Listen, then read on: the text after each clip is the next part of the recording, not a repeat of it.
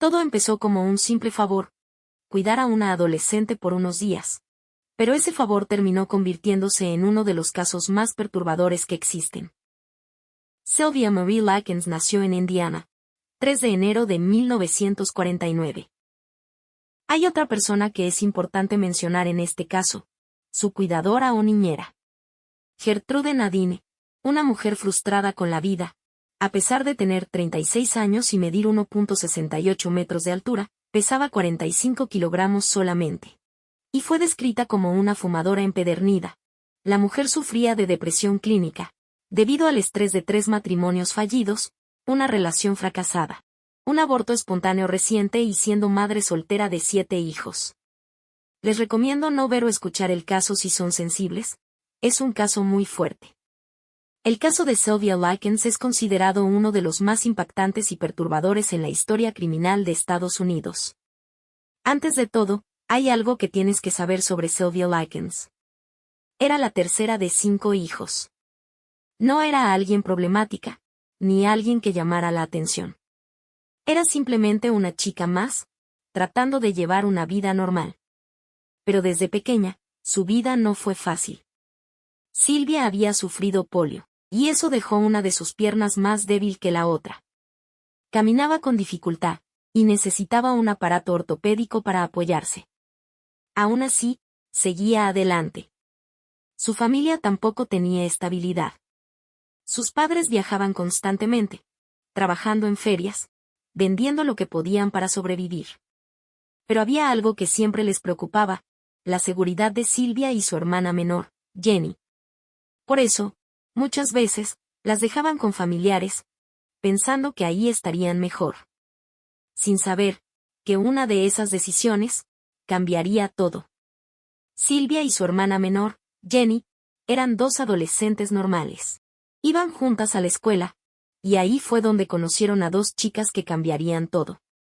Se hicieron amigas rápidamente, y esa cercanía llevó a una decisión que parecía inofensiva.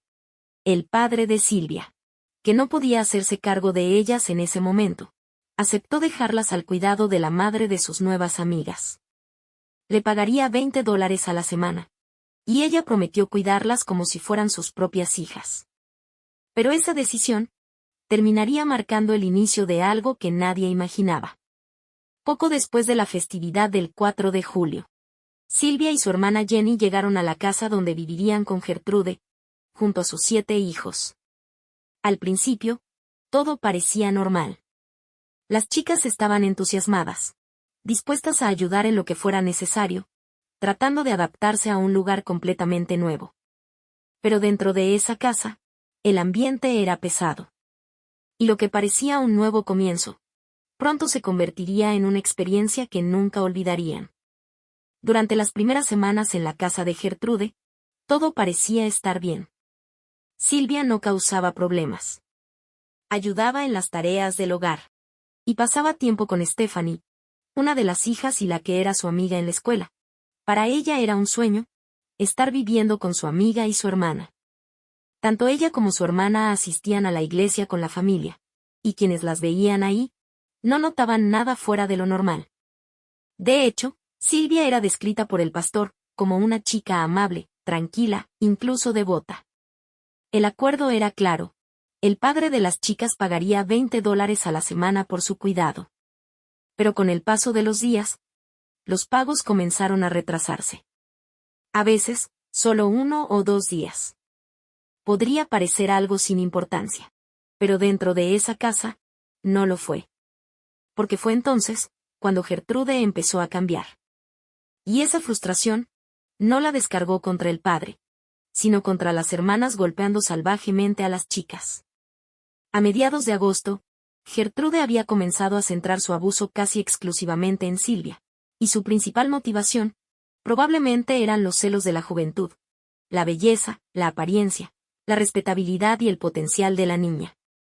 Estos actos al principio eran someter a la adolescente a palizas, obligándola a comer sobras, o comida en mal estado de los botes de basura. Gertrude constantemente pateaba a la chica en los genitales. También ponía a sus hijos en contra de Sylvia, para que ellos también le hicieran daño a la chica. Ellos tenían luz verde, para maltratar a Silvia tanto como quisieran. Incluso la que un día fue su amiga, Stephanie. Esta también maltrataba a Silvia. Era común que inventaran rumores sobre Silvia y después castigarla por ello. Gertrude acusó falsamente a Silvia, en repetidas ocasiones, de promiscuidad y de dedicarse a la prostitución, despotricando sobre la suciedad de la prostitución y de las mujeres en general. Gertrude obligaba a Jenny, la hermana de Silvia, a golpear a su propia hermana. Si ésta no obedecía, era castigada igual que Silvia, así que la chica maltrataba a su hermana por obligación. Gertrude invitaba con frecuencia a varios de sus compañeros de clase para atormentar física y verbalmente a Silvia. Estos niños del vecindario golpeaban a Silvia, usándola como muñeco de práctica, lacerando su cuerpo, quemando su piel con cigarrillos y lesionándole gravemente los genitales. La pesadilla para Silvia iba escalando cada día más. Pero lo peor estaba por venir. Para entretener a Gertrude y sus cómplices adolescentes, Silvia se vio obligada a desvestirse frente a la familia y penetrarse con una botella de vidrio en la presencia de todos ellos. La chica servía de espectáculo para todos ellos. Mientras ella sufría, y veía que su final se acercaba, cada día más. Ellos se reían y disfrutaban verla sufrir. Silvia y Jenny tenían miedo de informar a los miembros de la familia o a los adultos de su escuela sobre lo que vivían en la casa, ya que ambas temían que hacerlo solo empeoraría su situación. Los padres de Silvia y Jenny visitaban en ciertas ocasiones a las chicas. La última ocasión que sus padres las visitaron el 5 de octubre. En esta ocasión, ninguna de las niñas mostró a sus padres signos visibles de maltrato. Esto probablemente se debió a que ambas estaban en presencia de Gertrude y sus hijos. Las hermanas se sentían presionadas a no hablar. Un mes antes de la tragedia final, las niñas se encontraron con su hermana mayor, Diana, en un parque local. Tanto Jenny como Silvia informaron a Diana sobre el abuso que estaban sufriendo a manos de su cuidador, agregando que Silvia estaba siendo específicamente blanco de abuso físico, y casi siempre por cosas que no había dicho ni hecho. Diana creyó que sus hermanas estaban exagerando sus afirmaciones sobre la magnitud de su maltrato. En esos días, Gertrude ya no enviaba a Silvia a la escuela. Las marcas en el cuerpo de la chica eran demasiado evidentes: moretones, cicatrices, quemaduras y heridas. Un vecino de Gertrude informó a la escuela que una niña de su vecindario tenía llagas abiertas en todo el cuerpo. Una enfermera visitó la casa de Gertrude para verificar esta información. Gertrude le dijo a la enfermera que Silvia había huido de su casa la semana anterior y que desconocía su paradero real, añadiendo que Silvia estaba fuera de control y que sus llagas abiertas eran el resultado de su mala higiene personal. Gertrude también afirmó que Silvia era una mala influencia tanto para sus propios hijos como para su hermana menor Jenny. La escuela le creyó a la mujer y no realizó más investigaciones sobre el bienestar de Silvia. Unos vecinos en una ocasión visitaron a Gertrude y fueron testigos del abuso que la chica recibía. Sin embargo, nunca informaron el evidente maltrato de Silvia a las autoridades. Debido al aumento en la frecuencia y brutalidad de lo que Silvia gradualmente se volvió incontinente, esto significa que la chica ya no retenía la orina. Se le negó cualquier acceso al baño, siendo forzada a orinarse. Como forma de castigo porque se orinaba, el 6 de octubre, Gertrude lanzó a Silvia al sótano y la ató. Aquí, Silvia a menudo estaba desnuda, rara vez se le alimentaba y con frecuencia era privada de agua. Pero la pesadilla aún no acababa para la joven. En una ocasión, Gertrude sostuvo un cuchillo en alto y desafió a Silvia a enfrentarse a ella, a lo que la chica respondió que no sabía pelear. En respuesta, Gertrude la atacó y la lastimó en la pierna. A los niños del vecindario, a veces se les cobraba 5 centavos cada uno, para ver la exhibición del cuerpo de Silvia y para humillarla, golpearla y hacerle cosas atroces. A lo largo del tormento de Silvia en el sótano, Gertrude frecuentemente, con la ayuda de sus hijos y niños del vecindario, amarraba a Silvia antes de colocarla en una bañera llena de agua hirviendo y proceder a frotar sal en sus heridas. Gertrude y sus hijos le embarraban a la chica heces y orines, y tenía a la chica muriendo de hambre. El 22 de octubre, Silvia le susurró a Jenny que le diera secretamente un vaso de agua antes de quedarse dormida. Tenía varios días sin comer ni tomar agua. A la mañana siguiente, Gertrude descubrió que Silvia se había orinado encima.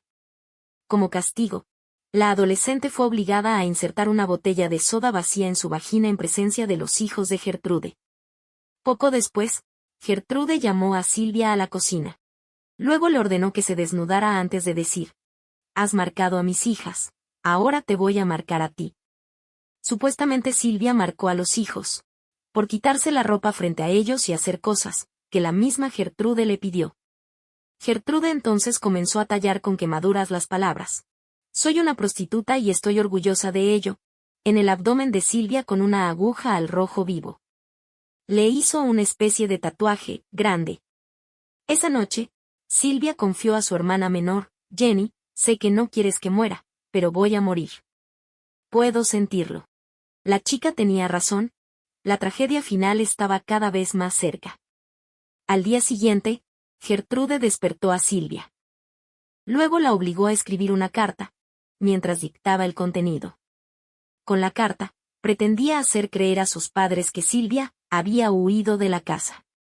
El contenido de esta carta estaba destinado a culpar a un grupo de chicos locales anónimos por abusar de la chica.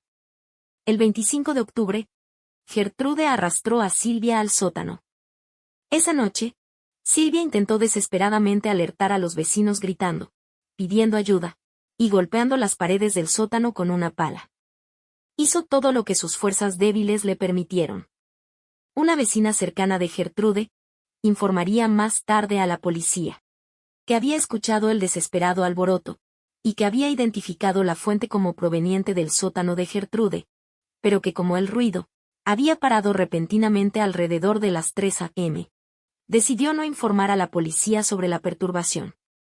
Para la mañana del 26 de octubre, Silvia ya no podía hablar de manera que se le entendiera, ni coordinar correctamente el movimiento de su cuerpo. Estaba muy débil, cansada, desnutrida, deshidratada y estaba muriendo lentamente. Cuando Stephanie, la hija de Gertrude, que en un principio era amiga de Silvia, llegó al sótano, se dio cuenta que Silvia ya había muerto.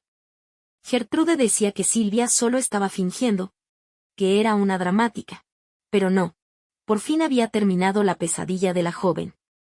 Gertrude inicialmente golpeó el cadáver de Silvia con un libro, gritando: «Mentirosa, mentirosa», para intentar despertarla. Sin embargo, pronto entró en pánico, cuando vio que la chica no estaba fingiendo como ella decía. Llamaron a la policía para reportar la muerte.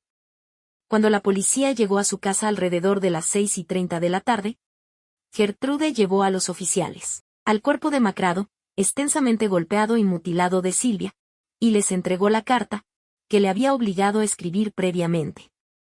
Les dijo que Silvia había huido anteriormente de su casa, con varios chicos adolescentes, y que cuando regresó, ya estaba herida, y con esa especie de tatuaje en el cuerpo.